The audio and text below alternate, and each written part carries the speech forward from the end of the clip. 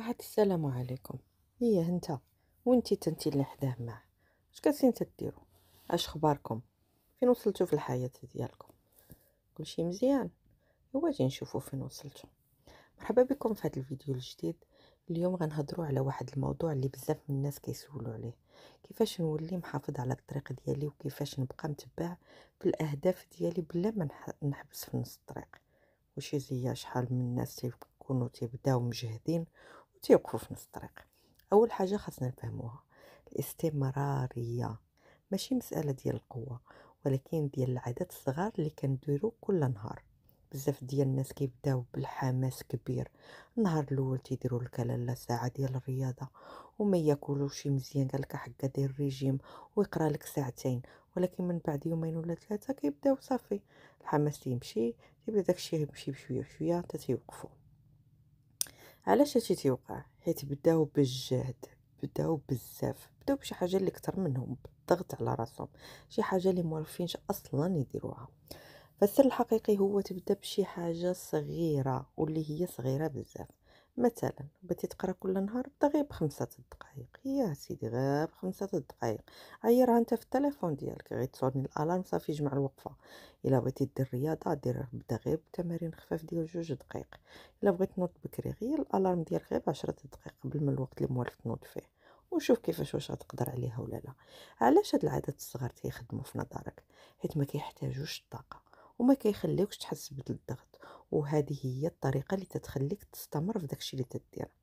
الناس اللي محافظين على هادشي ماشي بالضروره هما احسن منك ولا اقوى منك ولا عندهم اراده اكثر منك، ولكن يقدروا يبنيو واحد النظام صغير اللي كيعاودوه كل نهار. كيف ما تتعود انت تعرف طريقك، مثلا تتحفظ الطريق ديالك لدارك، جاي من الخدمه تتفكرش من طريقه تشد، تعرف الطريق، تتكون بعض المرات دماغك ما عارف فين كاين حتى توصل لدارك، ما تتفكرش فيه غير كي تديرو. دابا غادي نسولك، ولكن كيف غادي نسول، ولكن كيفاش غادي تزيد القدام؟ غير نبقى غير في الصغير؟ لا لا، نو نو نو، ماشي هكاك القضيه. ملي العاده تتولي سهله تزيدها شويه بشويه. نقولوا مثلا انت بديتي القرايه ديك 5 دقائق، شويه شويه غادي تولي 10 دقائق، من بعد 15 دقيقه. واحد النهار تنكونوا نشوفك سهرانه سيدي شاد الكتاب كله الا بغيتي تكملو. فهي القضيه تتبدا غير بشويه بشويه. تاني حاجه مهمه: بعد على الكمال. ماشي خاصك دير نهار كلشي كامل، ماشي كلشي خاصك تكملو. الا جاك النهار صعيب دير غير حاجه بسيطه، ولكن غير ما تحبش، هذا هو المهم في الموضوع. كيف تبدا بشي حاجه غير بشويه بشويه، راه غير نقطه بنقطه يعمر هذاك الواد. النهار خاوي احسن من نهار صفر. ثالث نقطه هي البيئه ديالك. بعد على التليفون، حيد هداك التليفون من حداك، خذ واحد 5 دقائق، خليها سيدي في البيت الاخر، ولا طفيه وحطوه في شي بلاصه اللي ما تسمعوش. لا نقص من هداك الشيء اللي يدي لك وقتك في الخوا الخاوي، وجد بلاصه اللي كتعاونك تركز.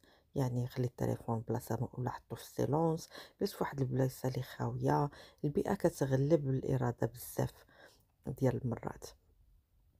الا كان الصداع وهذا ما غاديش تشجع، صافي غادي تقول بلاها، تلقى شي حاجة بلاصة أحسن، ولا شي جو اللي ملائم، وعاد نبدا.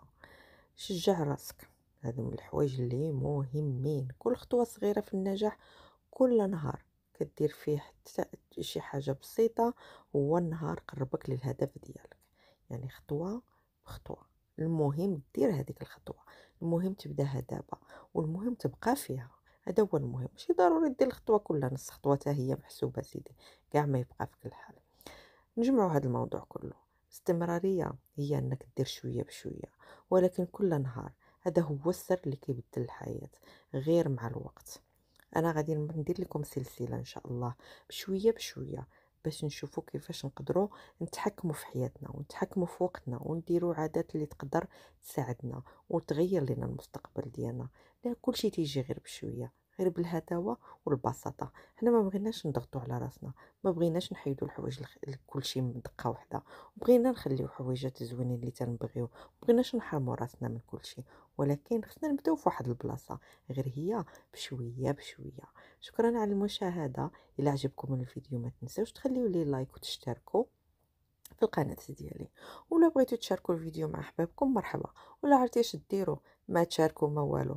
غير سيدي غير سمع لهاد الفيديو مزيان، الا خديتي منه غير حاجه وجوج هذاك هو الربح ديالنا. يلا نهاركم مبروك. يلا رجعوا شوفوا شنو كنتو تديروا ولا عرفتي اش دير. وقف واحد 5 دقائق وفكر فيها منين غادي تبدا، وخلي لي التعليق قول لي فين بديتي.